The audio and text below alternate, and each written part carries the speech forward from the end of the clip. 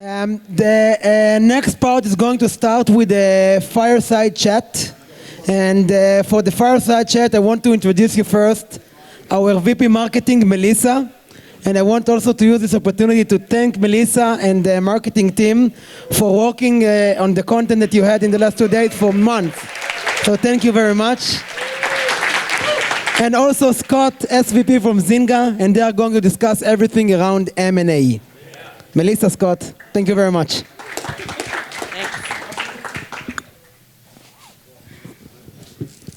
So I had originally planned to introduce myself to you guys, but now you all know who I am. There's only probably, there are a few, you're good? There are only a few interesting things to say about me, but one of them is that I'm a big fan of whiskey, and I have been found at 9 a.m. sometimes, maybe often, in the office drinking whiskey. And yesterday I discovered that Scott is also a fan of whiskey. And since it's a fireside chat... Surprise to those of you who've been with me for the last 2 days. So since this is a fireside chat, and maybe we should have had a fire here, and not a formal presentation, I thought we could do it over some whiskey. So excuse us if we sort of take just like a small, just, cheers. Cheers. Cheers. Wow, applause already. That's delicious. Well, because I knew you liked it. So I don't think, probably most of you in the audience are familiar with Zynga already. The company doesn't need much introduction. I do think it's worth highlighting the amazing journey that the company's been on. Been around since 2007. There have been some ups and downs, but recently amazing growth, amazing success. Stock price doubling, guidance raised. So part of that, I think, has probably been because of the successful M&A that you guys have done, which is why we're all here. But before we dive in, Scott, just tell us a little bit about yourself, your journey at Zynga. So I've been at Zynga for 10.5 years, which sounds kind of incredible. I'm the old dinosaur by far. And it's been an amazing journey. I joined Zynga as the first revenue PM. I knew nothing about games. I was at an offshore resourcing company that I was a founder of. Our office was actually on the campus of EA in Redwood Shores. I used to eat at their cafeteria. I was like, I want to get into games. We went through some troubles in the company. I started thinking about how to get into gaming. I knew some people at Zynga, and I just said, hey, I know nothing about making games, but I love playing games. I'd love to come join you. And I ended up on the BizOps team as their first revenue PM. And I basically said, I came in and basically pitched them 10 ideas to make more money on a game called Mafia Wars, which many of you may have never seen, many of you may have played. And so my first feature was actually, day one, I moved the buy button from the bottom of the page to the top of the page, and revenue went up by 15%, and everybody thought I was a genius. It was a pretty low bar, but there were so many opportunities, and it was so early, and we were just making games and having fun and doing so much so quickly. I ended up becoming the GM of Mafia Wars and the GM of Cityville. I started our mobile mid-core studio at that point, which did not work very well. Should have talked to Mishka. Yeah, Mishka was there during some of that. We worked together on some of those games. I actually developed an awful game that was so bad that after 3 months, I killed it, rather than trying to journey uphill. And then I ran UA, and I ran marketing for a while. I ran our growth team. I ran Words with Friends for a while. And now I run our central product team as well as ad monetization. So it's been a fun journey. The company has been, like you said, we're out of that fix-it mode, as Frank will say, and we're into the grow-it mode. And a big pillar of that, there's been kind of two things that we've done over that period of time. The first is we started investing in our live games, which we hadn't done because we were so... New games are hard to make. I think we were talking about earlier, the hit rate is maybe 5% if you're really lucky. And so we were so focused, and we were putting our best people on new games rather than putting our best people on the things that were already working, where we had audiences. And so we started focusing on, Words with Friends has been around for over 10 years. To be able to grow a 10-year-old franchise year over year is really impressive. Same thing on Zynga Poker, to be able to grow that. And so we had these embedded users who we actually weren't serving very well. So we started focusing on that. We grew CSR, poker, Words with Friends. Our slots business is now growing again. So by doing that, that actually allowed us to fuel kind of the acquisition space and kind of open our, and because we were no longer beholden to launch new games, we were kind of sitting back and being like, we can take our time, launch games when we want. And when we started looking at these acquisitions, it was, how do we find the right acquisition, not just do acquisitions. Actually, Mishka, or Joe, so Mishka's question to me was, how many acquisitions had we done over time? I had no idea. He said 26. Joe then said 33. Mishka looked it up. It was 33. I don't know how Joe knew it, but obviously Joe's a super knowledgeable guy about a lot of things. So true. So that's where we are. Right. So M&A is not a new thing for Zynga. You obviously have done quite a few in the last couple of years. There was Peak in 2017, and then Graham and Small Giant in 2018, with some hefty price tags. Isn't it? Is it okay if I continue to drink? Like, it was kind of like a thing, but now I actually want to. Yeah. Anyway, so what do you think distinguishes Zynga's recent approach to M&A from your sort of long or traditional approach?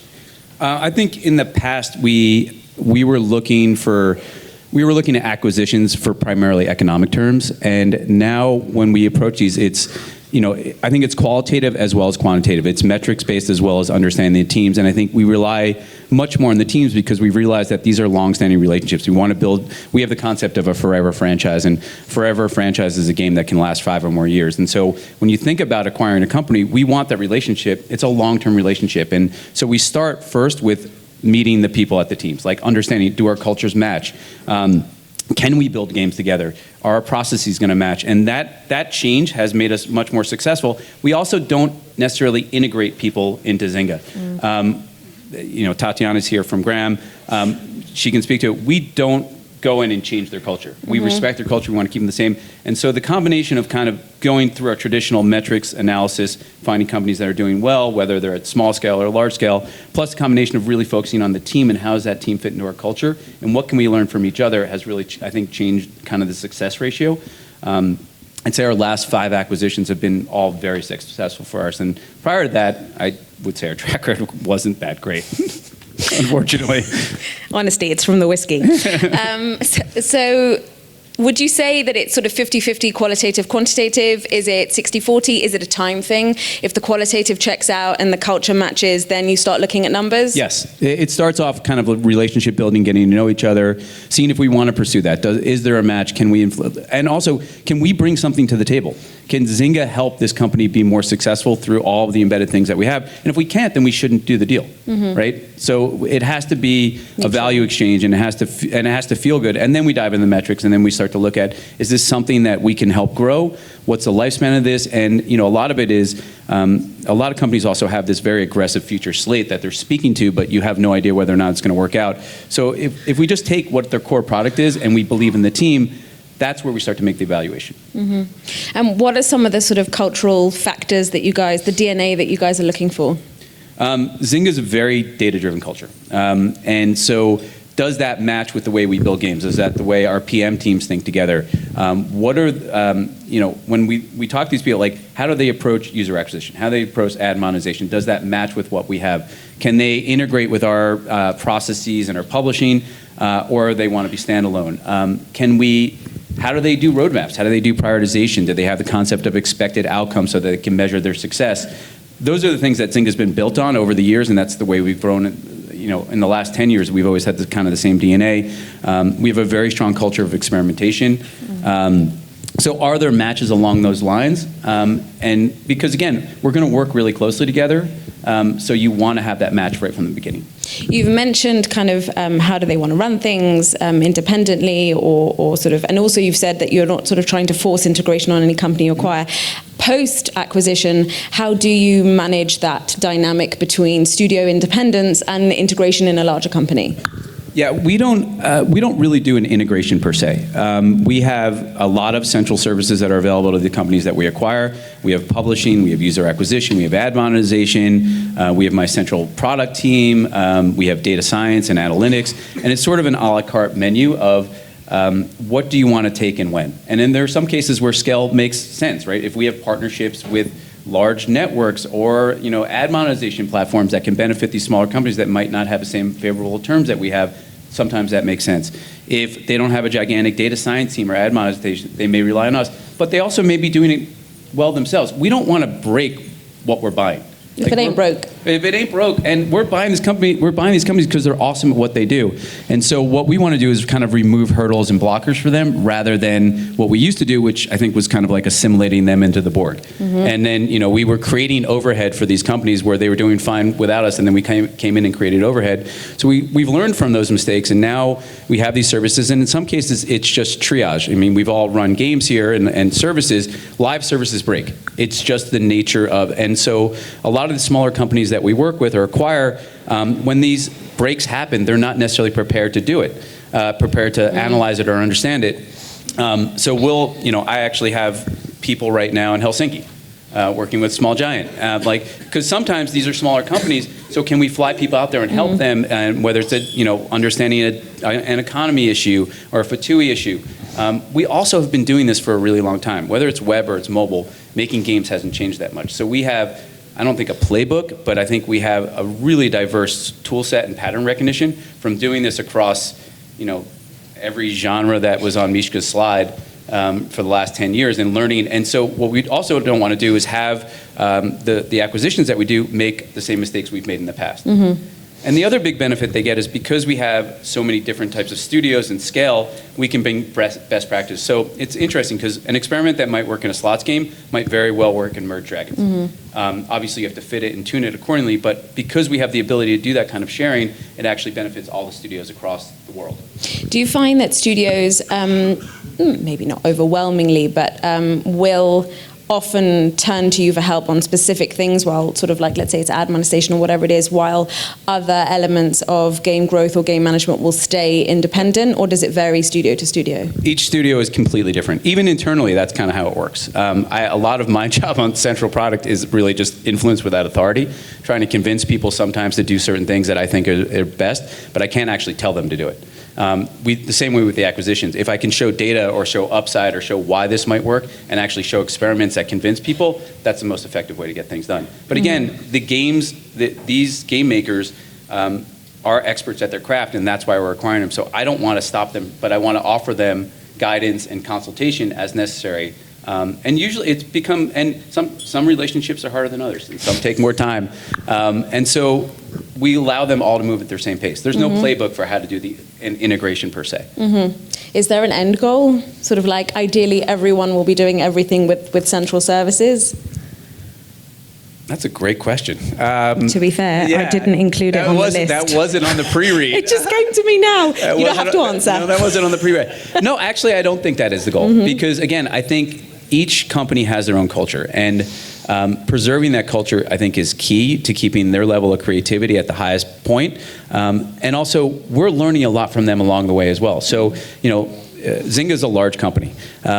We have way too many meetings. It's incredible how many meetings we have. And the guys at Small Giant and the guys at Grant presented at our last product management offsite. And every PM in the room afterwards was like, holy crap, they don't have meetings like we do. They don't have to, their calendars aren't filled with meetings. How do we do that? And I was like, well, your team is 80, their entire dev team is 10. The PM sits next to the 4 engineers. Their scrum is when he turns around in his chair. If you guys can do that, great, but you have to architect it. So we're taking a lot of those learnings and but we're also curating them properly. And you've talked about kind of two-way cultural kind of impact, let's say. How do you find, have you seen sort of acquired studios adopt elements of Zynga's kind of, or culture of experimentation, or is it more sort of we're using central services, their sort of experimentation platform, and it's more sort of a dipping in and out kind of thing? Yeah, I think so far with the acquisitions that we've done, I think the experimentation platform that we've built honestly over the last 10 years, which I think is incredibly powerful, is probably the most leveraged piece of kind of the central services and our data science models. Again, we were talking about this in the breakout session about predicting LTV. It's one of the hardest things to do, and if anybody here has gotten it right, let me know, because we've done it multiple times, and it's a hard thing to get right, and you might get it right for some period of time, you might be able to do it for 6 months, but can you actually do it for 2 years? It's different in a hyper-casual environment where you get a return in 7 days versus a game like Zynga Poker or Slots where people often buy on a 2-year ROAS. So developing those kind of skills is something that we can take the burden off of these companies that are just trying to scale. Like if you're a 40-person company and all of a sudden you hit that moment in time where you're scaling, do you want to invest in legal and corporate and all of these functions that actually don't help you make better games, or can we bring that kind of efficiency? So I'd say the experimentation platform, our publisher, our dev relations team, we have great relations with Apple and Google, which is often helpful. Our data science models, and then I think our central product and our PMing, because a lot of the smaller companies that we've come across actually don't have a big culture of product managers. They have 1 or 2, but not a lot of product managers, whereas Zynga was actually built upon kind of the premise of product management and experimentation and testing. It's an interesting thing you sort of bring up, and you've called it, and so have I, central Zynga. So you sort of have it's a cross-studio or cross-division department. You're serving or supporting a lot of different studios. How do you manage prioritizing, making sure everybody's getting what they need when they need it, and also possibly dealing with a difference in kind of scheduling? If one studio is super agile and another studio plans well ahead of time, you can't always sort of foresee when you're going to be needed. Again, I think it's like we run a roadmap, right? We do expected outcomes, we do scope, and we do engineering days, or how much time we're going to have to invest, and is the time that we're investing worth the outcomes? And so, but we're very public about how we're doing that prioritization. So I want anybody who's asking for these requests to be aware of the other things that we're working on, so they know we're not just deaf to their needs. We're making a conscious decision, and I want them to have an impact in that. And if they have a discussion that they think their item is higher priority than something else we're doing, let's have that discussion. But it has to be open and transparent. And what about sort of knowledge sharing across studios? Is it all sort of central Zynga is collecting all of the learnings, or is there sort of dynamic contact going on between studios themselves? So a little bit of both. Like, where studios are located in the same areas, like the team at Graham and the team at Natural Motion have gotten to know each other, and we've kind of facilitated some knowledge sharing between them. But the central product team at Zynga actually does a lot of that knowledge sharing, where we have every month, every game team presents a product review where they present all the experiments they ran, the results of those experiments, the learning, and it's kind of like a teaching hospital. And it's also a way for people to challenge each other, and it's often a way for younger PMs to present in front of their peers and get the experience of presenting, which has been great in terms of leadership and development. But it's also a way for people to ask hard questions. And it's sort of, you always sometimes have somebody who wants to just appear smart, and so they ask a really pointed question. That's what we're trying not to have that happen. But that has fostered a lot of collaboration, even among the remote studios, because we send out all those decks. We also take all the best practices, put them on a wiki where people can access them. And then generally what's starting to happen is we're having more and more conversations about what types of experiments people want to run. And because we have so many studios and scale and a great platform for doing experimentation, we can actually run a lot of these things in parallel. And I can sort of do traffic control to be like, hey, you guys don't run that one, you guys run this one, and you guys run that one. Let's not all do the same experiment at the same time. Compare notes. Yeah. You guys have studios in a bunch of different countries with different cultures.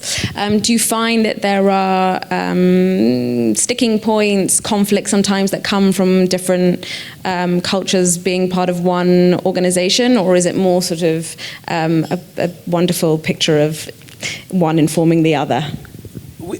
Surprisingly, we haven't had that many conflicts. I think one of the reasons why I'm still at Zynga, there's a very high level of trust and respect among the company. And I think to the original point about M&A, the companies that we are acquiring have that same level of culture and respect. And they're game makers, and they love making games, and they're in it for the right reasons. And so I think that's what's sort of kept that finger pointing or any conflicts among different studios culturally or otherwise. Speaking or jumping now more generally to the industry as a whole, there's a lot of, we've said multiple times at Gamefest, there's a lot of consolidation going on. How does Zynga stand out as an acquirer in that space? Well, I think we've gotten really good at it. And we have practice. And no, honestly, I think if you ask the companies that we've recently acquired, we actually invite the acquisitions we're talking to go speak with them, which I think is probably pretty rare. And the acquisitions that we've done are happy to speak to the people we're talking to. I think Mishka had 4 points on it, and tell me if I'm wrong on these 4 points about what it takes to launch successful games. It was live ops, This is a test. Publishing. And what were the 4 points? UA. Yeah. So resources for that. Live operations. Yeah. Stay on top. Are you checking that on your phone?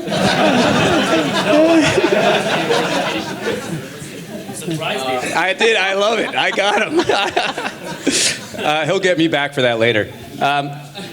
Yeah, and mastery, but we checked off all 4 boxes. So it was interesting when he showed that, because I was like, and it's important because we need to be able to help these companies scale in a way that they're not ready to.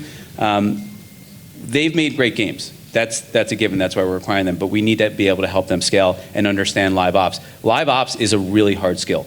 To be able to maintain a game for 10 years is sort of unheard of in mobile. Like, it just doesn't happen that often. So knowing kind of how to do live ops, to tune it, to have things like reactivation flows that you didn't think about, and how do you connect that experience, and how to do personalization, how to understand economy management for different segments of players, that's all stuff you learn over time. And you get it wrong many, many times before you get it right. And so being able to bring that to these newer companies that have just started, some are a year old, 2 years old, like Graham and Small Giant hadn't been around for that long at that scale. To bring some of the things that we do in our other games to them has really helped facilitate their growth, and I think it shows in their numbers. So in a sense, Zynga's like a crucible for the sort of the next stage of your growth. Absolutely. You've done your amazing hit or 2 or however many it might be, but if you want to sort of build something for the long term with a partner that can help you do it. I couldn't have said it better myself. Yeah, that's why I work in marketing. So one of another of the recurring themes of this Gamefest is this idea of sort of closing the monetization and marketing loop. And if you're in a central position, this is probably also something that you're at least familiar with, perhaps in trying to do. I don't know how successfully you guys manage. Is that something that you guys are doing more at Zynga? Is it hard? Is it working beautifully? Does it differ game to game? It's like 5 questions in one. It is really hard because our games have various, very different models of monetization. So a game like Words with Friends is predominantly ad-based. Now it has an IAP economy that it didn't have before. So understanding how to, and then we show a lot of ads. I don't know if you played Words with Friends, but we do show a lot of ads. An ad after every turn, there's a banner. We're also there's also click data associated with that. So how do we take that click data and understand how does that actually dovetail into our UA strategy? Like, are there signals we can get from that actually inform how we create segments on the UA side? How do we create high affinity networks among our games? And how do we do cross promo? Like the cross promo tool that ironSource showed, I thought was pretty cool. We do something very similar. Now, I don't know if it's as good. We'll check it out. But stay tuned. But it's important to have that kind of. But we are starting to link all those things, and then we're loading those things back into our data science models and our segmentation, because I don't know how many people here have a data science model for likely to churn. One of the things that's always been frustrating for me is we have this great model for likely to churn, but we don't take an action before somebody churns. And then we look back and we go, oh, they were likely to churn, too late. Oh, well, so how are we going to do something in advance of them churning? How are we going to change, or like if you come back into one of our games as a React and we know you're a React, how are we going to predict your LTV? Your LTV prediction is going to be different than a new user. And how are we going to change the model that we use? And your reactivation experience should be very different depending on where you left the game. Mm-hmm. So creating all of that is actually, it's not, the growth loop has extended beyond just UA and monetization to the player experience, but we need the tools and the data, which is where we've been very focused. Something that actually Joe, Kim, and I have discussed in a podcast is also a kind of a breaking down of silos between UA and PM teams. Is that also something you guys are seeing? It sort of dovetails with what you just said about the absolutely. They're kind of everybody's kind of joined at the hip now. Mm-hmm. So between the PMs on the game team, the UA managers, and the people on Admon, everybody's meeting together because we all have a stake in making sure the game is successful and growing it together. And that is definitely something that's evolved over time. Mm-hmm. And how much are you guys investing in your kind of UA and monetization operations? Do you think there's sort of a lot more potential you can unlock there? Yeah, I mean, it's a huge focus area. And mostly it's it's not as much technology driven as it is data driven. Mm-hmm. And investing in the data pipelines and getting the right LTV calculations and getting the right segmentation and all that, that's where we spent a lot of time. But the technology piece is key as well. But we haven't, because there are platforms out there that will help us do that. We haven't spent as much time building the technology beyond the experimentation engine that we have and the kind of the measurement tools that we have. Mm-hmm. And this might be useful for us. what kind of areas of improvement or additional tools or tech would you like to see from vendors like ironSource or others? I was very excited by the future roadmap. I think if that's all delivered over the next year, it's going to be pretty awesome. Just make it happen. Just make it happen. The only missing piece I saw, and I've told, is really around the ad quality piece. For a game like Words with Friends and other games that are very family friendly, getting a bad ad can have tragic consequences. You know, if a mom is playing with her son and she gets a really negative ad, that's not the experience we want for our players. We're very conscious of our player experience and what we do for them. And there simply aren't that many great ad quality tools that allow us to diagnose where bad ads are coming from and bad actors are coming from. And quickly. Quickly. I mean, we need to do it in a half an hour. Like, we can't wait 2 days to do it. And so that's one place I'd like to see a slightly bigger investment across the industry as well. Now to finish, we're just on time. Okay, forget my last question. You can't ask a question. You want to ask your last question? All right. No, it's okay. Omer. Wait, hold on. Let me have a drink.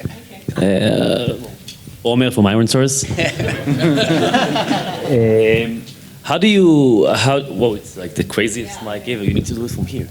How do you look at valuations? Like when you go and you buy game companies, and how do you look at valuations when in different genres of games? Because I know that like a plug number can be, 2x on revenue or 8 to 10 on EBITDA, but how do you do it? There's a very big difference whether these are longevity games like 5 years franchises or hyper casual. What's your take on that? That's an awesome question, and unfortunately, I don't think there's a real science around it yet. It's a little bit of art and it's a little bit of science, and so you go out and you're looking at what the market comps are and what other things have done. But now that we've done a bunch of these acquisitions, we sort of have, just like you have benchmarks on your platform, we have benchmarks across several different genres, and so we can apply those against, essentially to say, okay, how much risk is there in this genre versus what we've already done? And what are other valuations in the market? So we are using basically benchmarks to come up with it, but then obviously the companies we're acquiring have their own expectations. And so it's sort of meeting in the middle and then kind of figuring out how do we make everything work so that everyone's happy. Because the worst thing you want to do is a deal where one party is not happy. So making sure that there is consensus around it and everybody feels value, that's the most important part. So we go through a lot of labor to try to figure it out. And it's also what is our comfort around a risk level, right? All these things making games is risky. It's a difficult industry to be in. Hyper casual seems a little easier right now for a lot of the guys here. Congratulations on being able to create these games in like 2 weeks versus my year or two. But I have to figure out the risk assessment, then I have to put a value that makes the company feel well. But the benchmarks that we have based on what we've done and how those deals have worked out for those companies is what I think really gives us a little bit more confidence in what we're doing. More questions. Well, this was wonderful. Thank you very much, Scott. I had one last question, which was, it's a very broad one. If you had to give everyone in the audience a piece of advice on becoming the next, maybe they don't want to become the next Zynga, but on succeeding in the next year for gaming, because it's a fast-moving industry, what would it be? Or advice to becoming a part of Zynga. That's also an option, but no one asked that question. The second one's easy. You have my LinkedIn. I think I think Mishka said actually in his presentation earlier, it was focus on what you do really well and don't get distracted by the next shiny object. You know, if you're making a poker game, you're making a hyper casual game, don't extend yourself into an area of risk where you're in that designed zone of death. Like, make sure you're doing what you do as well as you can before you start expanding into something new, and try to keep yourself from small iterations and focus on the big, bold things that'll make changes. Because small iterations over time will cannibalize each other and kill you, and just kill you and suck up all your time. Sometimes they're easier and you think they're more predictable, but it's not the way to really grow and succeed. We have a concept at Zynga that is of a bold beat, and every game team has a roadmap of their bold beats of when they're going to launch them and how they're going to launch them. They're features that have a tremendous impact on the game. And that's the way you grow games, and that's the way you engage your audience, because your audience needs to know that your game is alive and that you care about it. And the second you stop doing that is when you start using losers. Yeah, they know it. Cool. Scott, thank you very much. Thank you.